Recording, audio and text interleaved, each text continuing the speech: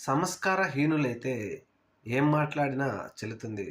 అట్లాగే ఈ బాలినేని శ్రీనివాసరెడ్డి అనే అతను ఇప్పుడు తెలుగుదేశం పార్టీ వారు తనని ఏమీ చేయకుండా ఆదుకోవడం కోసం ఒక పునరావాసాన్ని ఏర్పాటు చేసుకున్నారు జనసేనలో చేరి.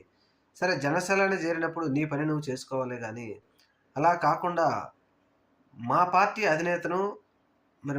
అధినేత మీద అనవసరమైన వ్యాఖ్యలు చేయడం ఎందుకు అంటూ ఇప్పుడు తీవ్రంగా వైఎస్ఆర్‌సీపీ కార్యకర్తలు ఆయన్ను సోషల్ మీడియాలో విపరీతంగా ఆయనను దుర్భాషలాడుతా ఉన్నారు. ఏది ఏమైనా బాలినేని శ్రీనివాసరెడ్డి అధికారం అనేది 5 సంవత్సరాలకు ఒకసారి మారుతూనే ఉంటుంది.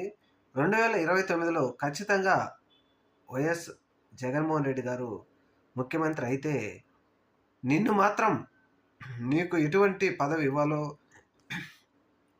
ఏ విధంగా నిన్ను లేకపోతే నీకు సత్కరించాలో జగన్మోహన్ రెడ్డి గారు బాగా తెలుసు అని ఇప్పుడు వైఎస్ఆర్‌సీపీ కార్యకర్తలు మాత్రం బాగా గుసగుసలాడుకుంటున్నారు.